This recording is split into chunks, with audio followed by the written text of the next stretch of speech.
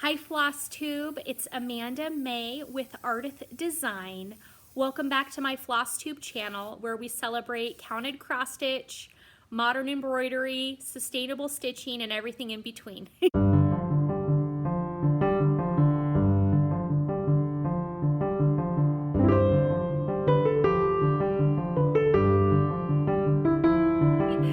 If you are new to my channel, welcome.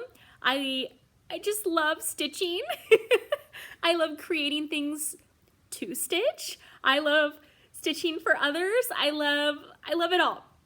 If you are returning, thank you for coming back to my little corner of the internet. And let's get something to drink and let's giggle and let's have a good time. I am so excited that you are here this week. I have so much to talk about. I just want to let you know that we're going to cover like a little bit of shop news, personal shop news stuff in the beginning, and then we're going to do our Save the Stitches, library books. Back by popular demand is my Crafting with Kids segment, and I'm going to talk about my color conversion because I finished a cross stitch project. Yay! I also have a stitching thing to show you, a stitching failure, an abandoned project. But you know, I learned a lot, so we'll talk about what I learned from it. If you want to stick around, awesome. Let's get started.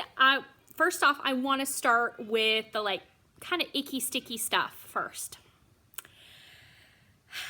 All right, this is hard for me. And all right, here we go. When you get on the internet, you inevitably expose yourself and your work. As an artist, unfortunately, I've exposed myself and, you know, had my art stolen, you know, all the stuff that comes along with being an artist in the era of the internet. Regardless of if your work's your writing, your photos, your art, your video, your music, you're exposing yourself and you're vulnerable. Last year I watched Stitch and Be Well, Miss Vinsel. I apologize if I'm saying your name incorrectly, but I subscribed to her channel last year, and she has like a little wellness corner at the end of her videos if you stick around and listen. And one of the things that she said on Stitch and Be Well is she talked about bravery and vulnerability. And her message really resonated with me. And she had recommended a book by Brene Brown. It was called Through the Wilderness. And I ended up reading that book and then diving deep down into the Brene Brown rabbit hole of understanding fear, vulnerability, belonging, and the idea of showing up. And showing up when things get hard. And the book really resonated with me, and you know, fellow floss tuber inspired me, as well as some other floss tubers, and you know who you are, inspired me to make my first floss tube video 41 weeks ago. We are on floss tube number 41 right now. This past week I have been faced with some not so nice things said about me and my work on the internet and on social media, and I just wanted to address a few points. First off, 100% of the work that I do is my work. I compile it, I design it, I sketch it, I edit it. I'm a one-woman operation. I use all of my original designs and artwork and layouts. I have multiple software programs. I'm up in the middle of the night when my children are sleeping, working between being a mother and a floss tuber and a digital artist and a freelance artist and all those things. I work about 18 hours a day. And I just want to let you all know that I am not affiliated with or endorsed by any stitching groups or any stitching groups on Facebook. And so with that said, please know that I hope that I did not in any way try to falsely align myself with anything. I do my own work. I don't infringe on copyright or trademark. And here I am. And I'm vulnerable and exposed, and this week has sucked. And all I can do is show up and be here and address the issue and say, hey, vulnerability, as Brene Brown would say, I'm reading a quote, vulnerability is the birthplace of innovation, creativity, and courage. And being vulnerable is not a weakness, it is our greatest measure of courage. And that's also by Brene Brown. If you're still with me, thank you for sticking around. I appreciate all of you who were lovely and reached out to let me know. I appreciate it. Unfortunately, again, when you're on the internet, stuff's said. And all I can do is be here, be authentic, and do the best work that I can do. And I appreciate all of you who have purchased a pattern from me or a book from me. All I've ever wanted to do was elevate the needlework industry, help stitchers organize their work better, and maybe bring a little bit of joy to your life. Okay, thank you. Moving on, let's talk about, what should we talk about? I have so much to talk about. Okay, I think we should talk about current projects. Okay. I took the opportunity to reach out to Trish Turner of Threads Entwined because I have just really been having a great time following her journey. I started following her on Instagram last year, right before she opened up her needlework shop in Windsor, California. And as a fellow Northern Californianer, well, I haven't lived in California for 10 years, but I still like to believe when people say, oh, you're from Maryland, I'm like, no, I'm from California. But I've been following Trish's journey, and I have been kind of lurking on her website. I have debated about starting one of her the stitching wish list, on the public side of her website. Her website's really lovely. I reached out to Trish and said, hey, what do you think about me designing a pattern for your shop, one of those complimentary patterns or exclusive patterns that if someone comes to your store and purchases something, they get a little goodie to go along with their purchase. And she liked the idea so that if you purchase something from her shop, you get a pattern. Please know that I have relinquished my rights to the pattern. I will not be releasing it. It is her property. I made it especially for her. So if you are interested in this pattern, you're going to need to go onto her website or give her a jingle jangle phone call, or type up a message on the internet. I will link her information below, and I will just do a quick little peek of what I did. Let me see if I can show. This is the digital rendering here of the pattern. It is a dragonfly and a pair of scissors and the words Threads Entwined, the name of her shop. And yes, everyone, I spell checked it. I edited it. I had her look at it and approve it. Yes, this has been spell checked. Threads Entwined with the dragonfly, the needles, and I charted this in Sulky. But we also include not the DMC, also include the Fancy Floss, the Gentle Art Mediterranean Sea, and Gentle Art Purple Iris. But I envisioned this done in Sulkies, and I am going to be sending this to Trish. But here is my abandoned stitch. I was trying to be all cutesy wootsy and stitch this up for her and send her it so she would have a model stitch and the freebie chart and be all ready, right? No.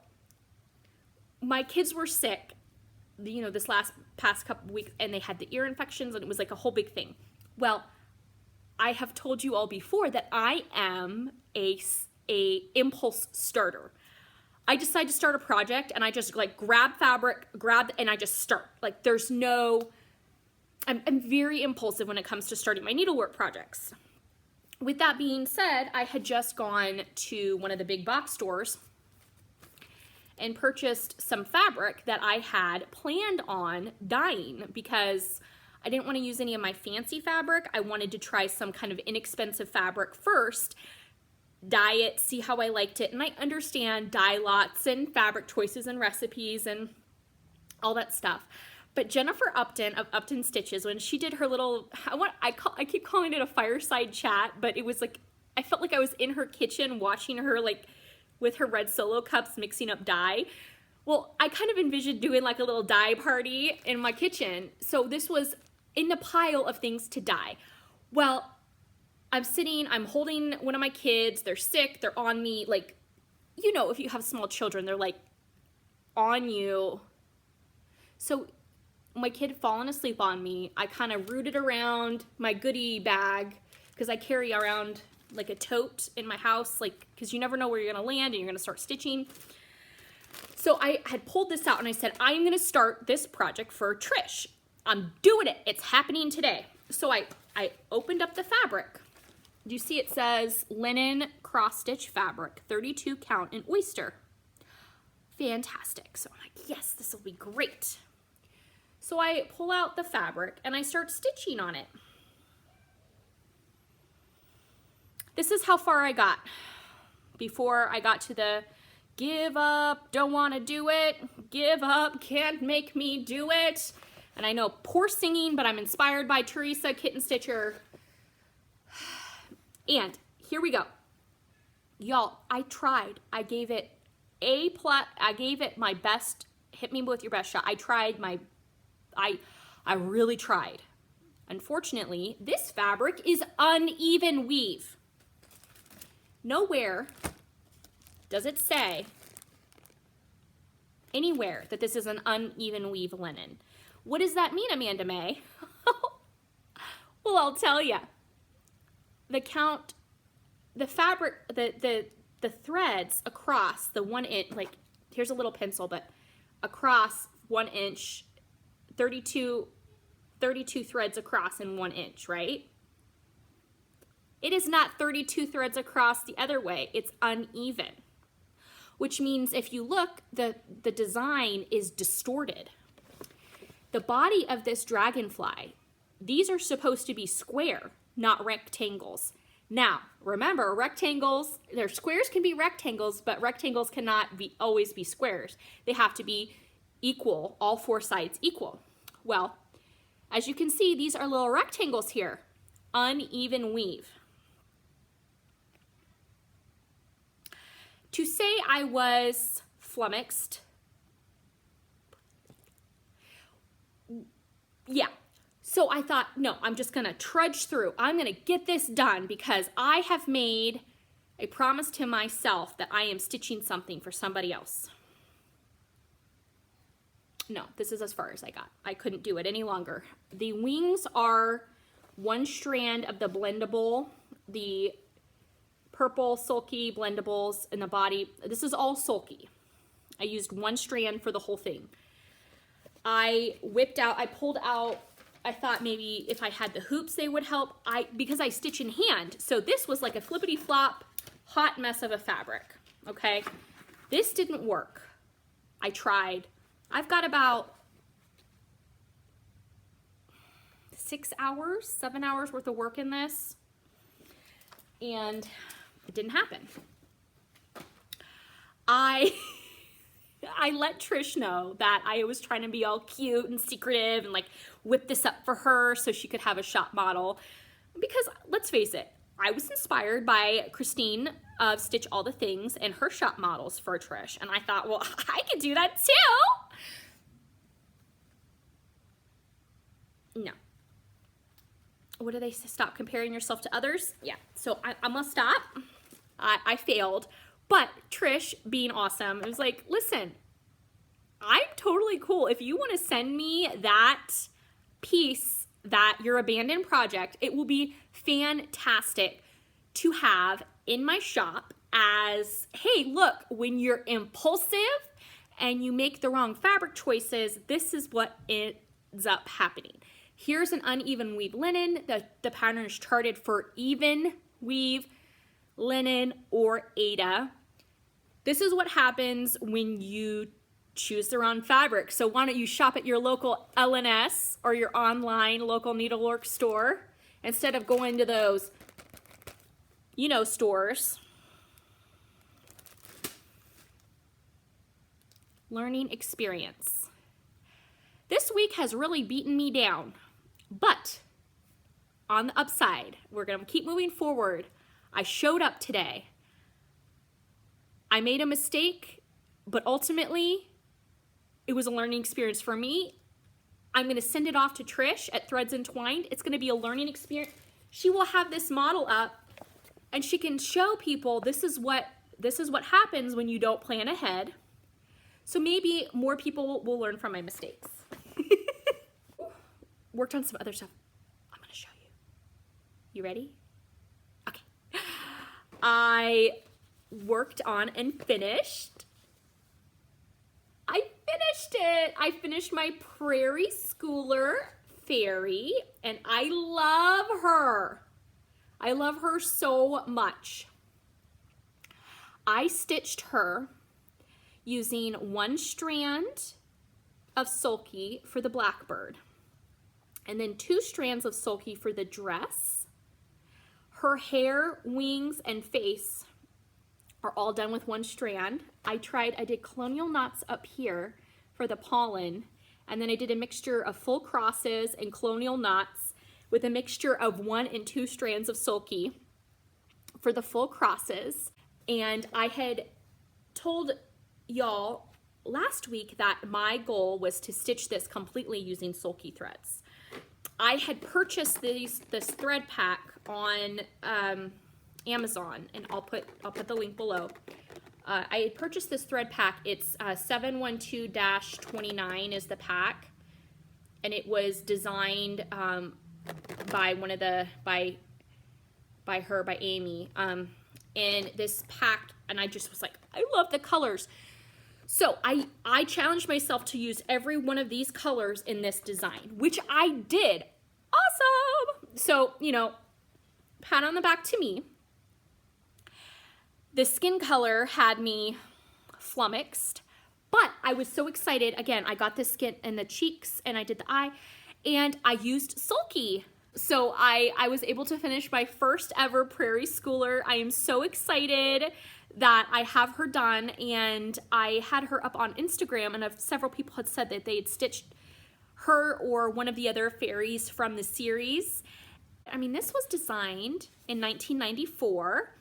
It's 2019. I mean, this is awesome, right? I mean, I was a wee lass when this pattern came out, and it was so much fun doing the color conversion, and I love it. I have enough fabric here to maybe stitch another 1 or 2 of the fairies, and maybe I'll acquire the patterns in the future, but right now I don't have them, and that's okay. I'm really busy working on some other stuff. I want to say that I did deviate from the pattern right here. So the flower is quite a bit larger because I added more to it to hide the permanent marker pin mark that was on this fabric. And there's from the person, I had purchased this piece of fabric at the thrift store. Someone else had stitched this up here. Well, I needed to figure out a way to cover it up. So I did deviate from the pattern a bit by bulking up the flower to hide the pin mark. And I feel like I did I feel like it turned out really well. Again, all the colors are from this pack that I used except for the skin colors.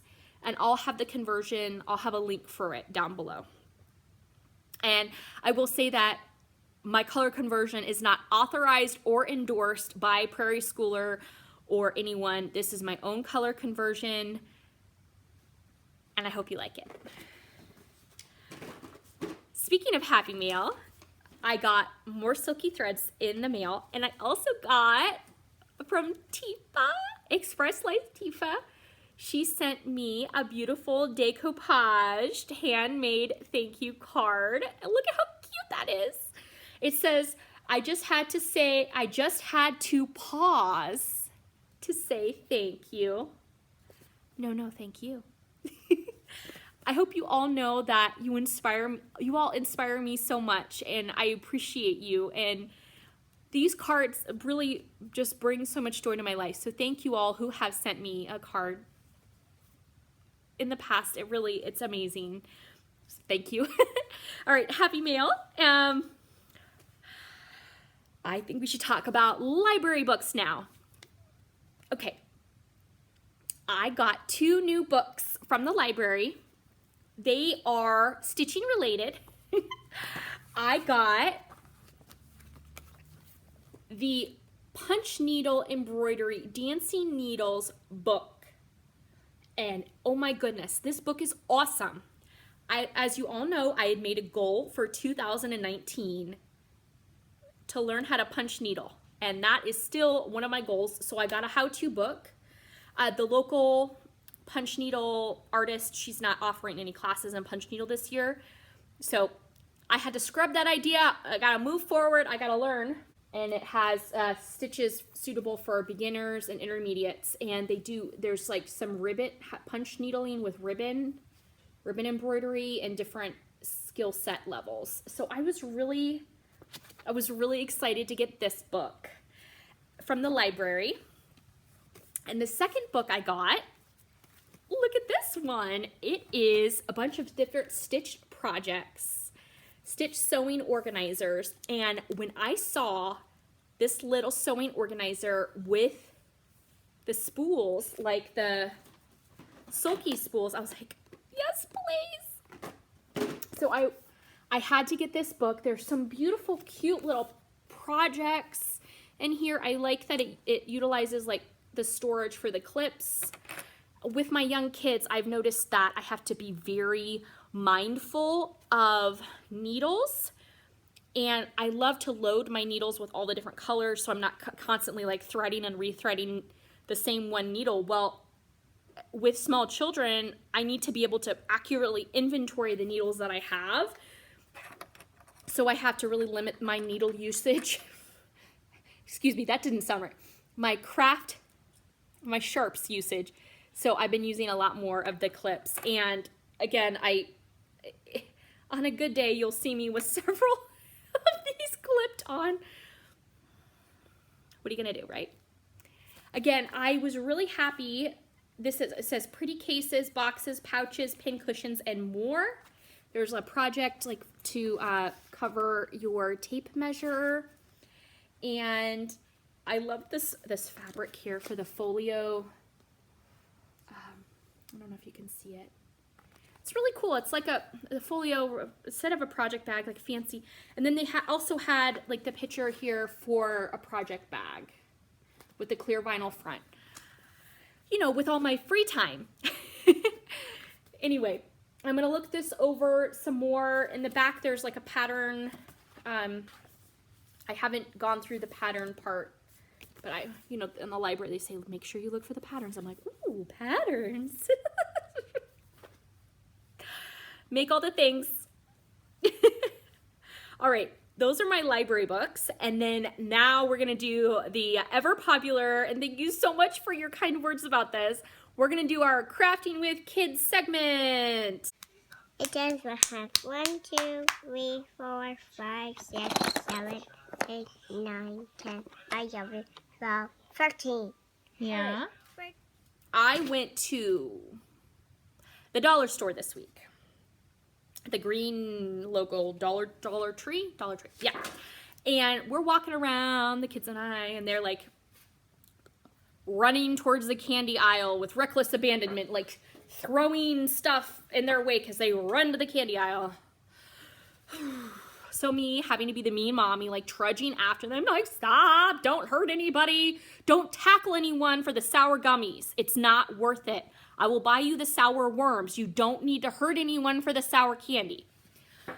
So right next to the candy aisle, out on the end of the aisle placard place. In hindsight, I should have, you know, taken a picture, but, you know, running after the kids. They had these grill trays for $1, and I saw this grill tray, and you ready for this? I was like, look at these holes. I could totally cross-stitch something in that, right? Grill tray, $1. It's aluminum, and it's like the punch, so the back is it is a little rough on the back. I am forever now looking at things that I can cross-stitch with. I picked up this tray, and I think I'm going to spray paint it. Then I picked up these horses, and I'm going to spray paint these in time for the Kentucky Derby, and they're going to be part of a larger project. And then I'm also going to spray paint my spoon rack. Awesome! So I came home and promptly photographed and started creating a little pattern for this, because y'all, in a world of Wizard of Oz and, you know, somewhere over the rainbow, and making sure that this sky gets brighter because people on the internet are mean, I wanted to stitch my own rainbow. And I got the kids involved. We went to one of the big stores and got the plastic yarn needles. And I got the yarn. I threaded it for the babies, and they loved this. This was awesome.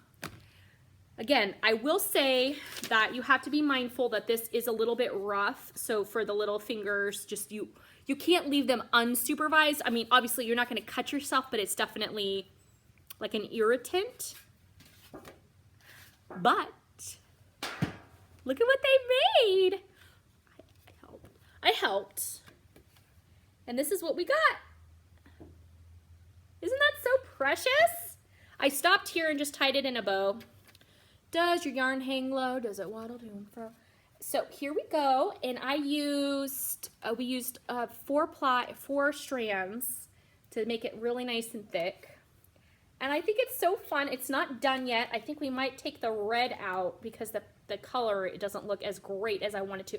But I thought maybe we could do some knots, like for the rainbow coming over, and then clouds, and then we might do like a hanging element here.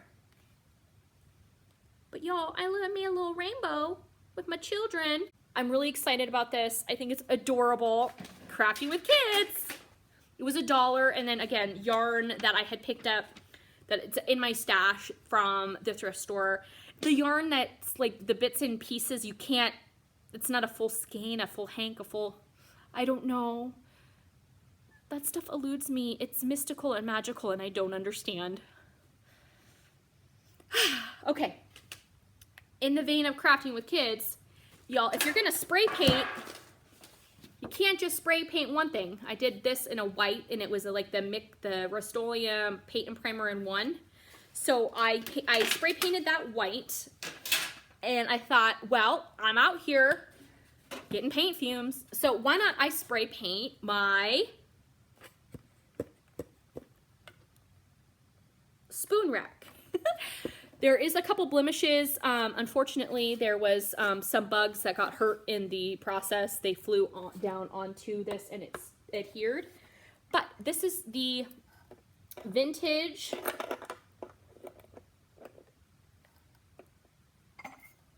spoon rack that, thanks to Mischievous Stitches, Lori, and Beth Twist of Heartstrings Samplery, I will be making my scissor display case. Now, I am thinking about toning down this white. As you can see, it is very bright. I did 3 coats of it to get the even coverage, and I wasn't sure about adding some chalk paint or some texture or what I'm gonna do or where it's gonna go. I haven't thought that far ahead. But I had started, as you all know, started collecting scissors, and I had gotten, y'all, I caught it. I got the vintage, the flower frog, the glass flower frog, and then the sherbet candy dish milk glass holder. So I had my scissors there and kind of out of sight from the children so they don't grab it, and you know, that running with scissors thing is real. I learned that, oh my gosh. Stress inducing. So I'm really excited about that. Crafting with kids. Not quite stitching related, but you know, rainbow. We all need some rainbows in our lives. I got these amazing sequins patches and they're amazing. I don't know what I'm gonna do with them, but I have them and I love them. I was going through my stash looking for more of the Prairie Schooler Fairies, which I do not have. In my mind, they're there, but they're not really. I found this issue of Cross Stitch and Country Crafts magazine, and we got those animals, you see? There it is. I am so excited. I knew I had this issue, but I kind of have an intense vintage magazine stash. Like, it's kind of hardcore. So I couldn't remember where I had put this magazine. I was like, I know I have it, but I don't know where. So here is the pattern. It had already fallen out of the magazine because it was that old. So there you go. And I'm not sure, last year I literally pulled this stitch out of a barn. It was in an old like cradle bed, and there was, needless to say, I cleaned it, I pressed it, I mounted it on a foam core board, and it's pinned down. So that's there. So there's that issue. It's called the Gentle Menagerie from March, April of 1991. And my next Save the Stitches is this piece of needlework. It is not cross stitch. This is how I found it. It still has the crusty, crinkly masking tape on it, but it's a pretty farm scene and I really liked it. Kind of the meadow, kind of, I guess what you think about when I think about like the beautiful white birch. Just, it's gorgeous. It's one of those kits, the Lakescape Picture by Avon, one of those 1970s, 1972 kits.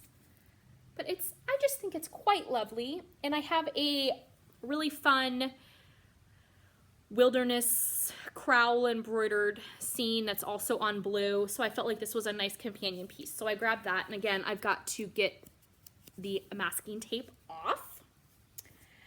And then finally, in my acquiring phase, because I'm in my post-minimalist phase, I am in my maximalist phase.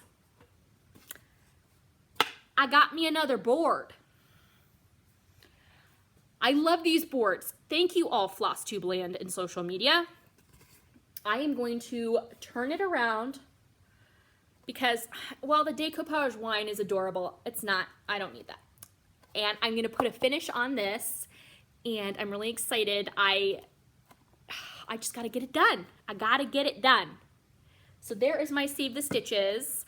I have not found any more trivets. I think Bendy Stitchy has alerted the world to the gloriousness that is hashtag buy all the trivets, and I cannot find them anywhere. So I have the fabric. It is 32 count Cauldron that I got from Teresa Kitten Stitcher. I will link her shop below. She does the Wabi Sabi limited edition, limited run fabric. She says that's her shtick. That's what she's doing. If you see it, you buy it because it might not be there next time. So this is the limited edition Cauldron fabric in all of its rusty, crusty glory. I went ahead and I looked at the DMC for this. And I was like, nah. Nothing against DMC. Like, I love it. Everything's great, right? I'm like, I think I need to utilize my stitchy mail. Y'all, I got some stitching now. So I did a conversion.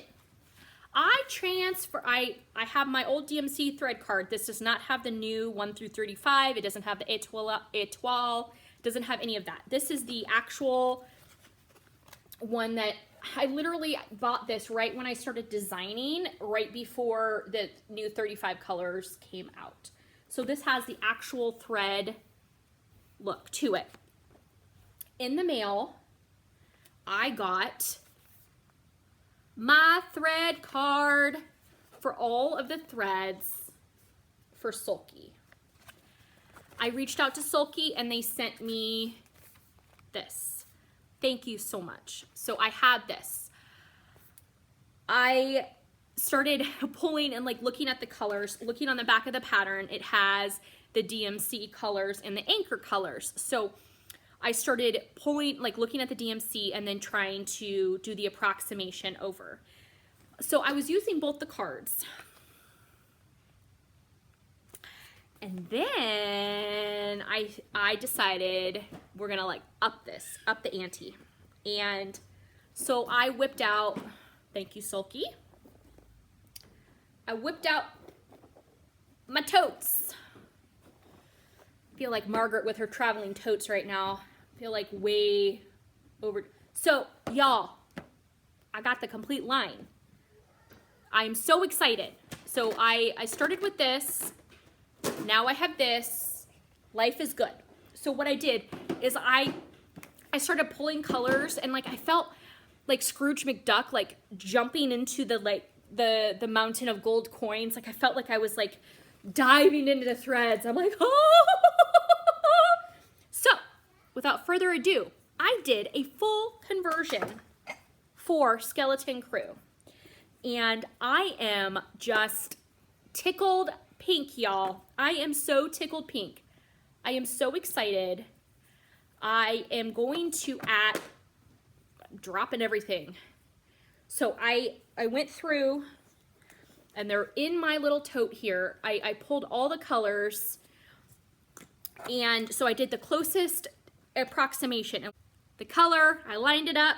I saw the closest color. Now I will say, DMC has over 400 colors. Sulky does not, so there isn't a match for match. But I got the full conversion. I made a document. I will have it linked below if you want to follow my conversion and stitch Skeleton Crew with one strand of the 12-ply Sulky. I am not affiliated in any way with Vicki Hastings or the Cricket, the Skeleton Crew. I'm not affiliated in any way with the pattern. I'm not showing the pattern. I'm not doing anything other than converting the colors to my fun little, and I'm gonna stitch this up on my Kitten Stitcher Wabi Sabi fabric, and I am over the moon. Because I have little hands, like I literally have little hands, but then my like kids' little hands, they started going and grabbing the sticker part off because they love this thread stuff. My little one, my littlest, is almost 2, and he's like grabbing and sitting it down, opening it up and like running his fingers along. So he started trying to take off the stickers.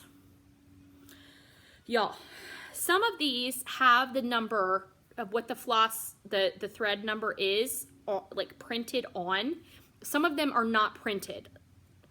So I went through with my Sharpie marker and wrote down the thread number, so in case little one pulls off the stickers, I know what thread I have. And like I said, most of them have the numbers on it, but some of them don't. So like I said, as I'm going through, apparently throwing everything, as I'm going through, I am writing the numbers down as I see them. And thank you, Dollar Tree. When I went to Dollar Tree, I saw this organizer, and it's like for your makeup and all your pretty stuff, right? So I thought, what if I could put my little threads in this little organizer? Because the spools might fit. I'm getting frantic. All right, here we go. Oh, that works. Oh, I can fit 2 spools. I can see clearly now, the spools are here. All right. All right, so I did try 2 different types of needles this week. I tried the DMC 24 needles when I went to the big box store. I got this set of the 24 needles for the Sulky, and they worked really well because I liked the larger eye to thread the needle with the 12 weight cotton. And then I tried these for the crafting with kids, and they were awesome. Oh my gosh, I have made a complete mess. My kids are screaming in the other room. I gotta go parent hard. Thank you so much for joining me this week on my Flosstube adventure, counted cross stitch, on my design fails, on my design accomplishments. Thank you for hanging out with me. Thanks. I'm sorry I had to be all, you know, icky sticky at the beginning of the episode with some not so pleasant things, but I appreciate you. I appreciate you coming back and talking needlework with me. I hope you have a great week. Talk to you next week.